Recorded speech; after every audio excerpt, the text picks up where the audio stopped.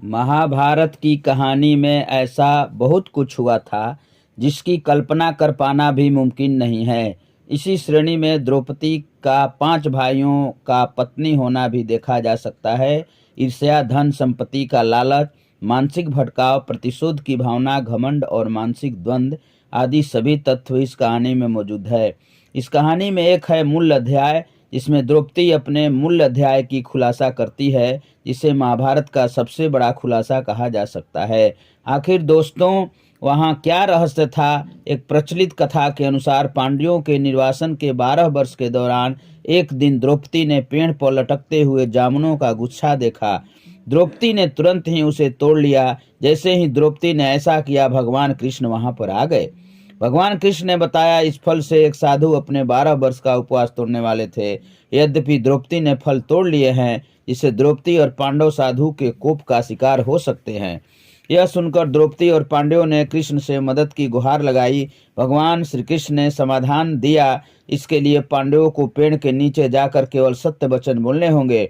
भगवान श्री कृष्ण ने जामुनों को पेड़ के नीचे रख दिया और कहा, अब हर किसी को अपना अपना राज खोलने होंगे। अगर हर कोई ऐसा करेगा तो फल पेड़ पर वापस लग जाएगा। पांडव और द्रौपदी साधु के कोप से बच जाएंगे।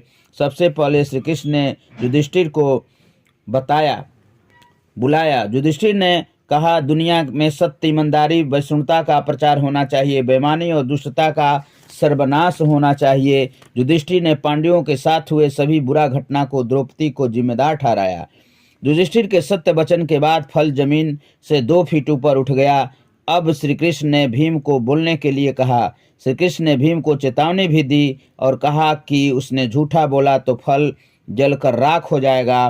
भीम ने सबके सामने स्वीकार किया कि खाना, लड़ाई, निंद के प्रति उनकी शक्ति कम नहीं होगी। भीम ने कहा कि धृतराष्ट्र के सभी पुत्रों को मार देंगे। उसके मन में बहुत श्रद्धा है, लेकिन जो भी उनके गधे का अपमान करेगा उसके मृत्यु का घाट उतार देंगे। इसके बाद फल 2 फीट और ऊपर चला गया। अब अर्जुन की बारी थी। अर्जुन ने कहा, प्रतिष्ठा और प्रसिद्धि मेरे जीवन में सबसे ज्यादा प्रिय है। युद्ध में कर्ण को मार नहीं दूंगा तब तक मेरा उद्देश्य पूरा नहीं होगा। मैं इसके लिए कोई भी उपाय अपनाऊंगा, चाहे वह धर्म के विरुद्ध ही क्यों न हो। अर्जुन के बाद नकुल और सहदेव ने कोई रहस्य न छिपाते हुए सब कुछ सत्य सत्य कह दिया।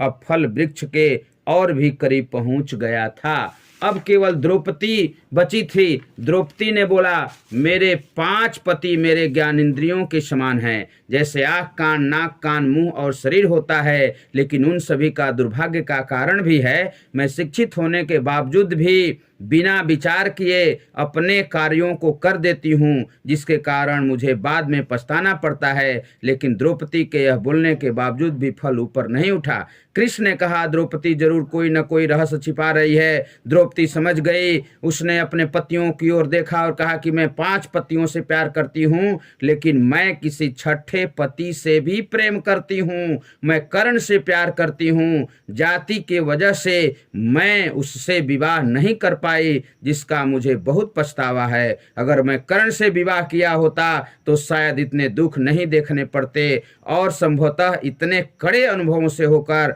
नहीं गुजरना पड़ता।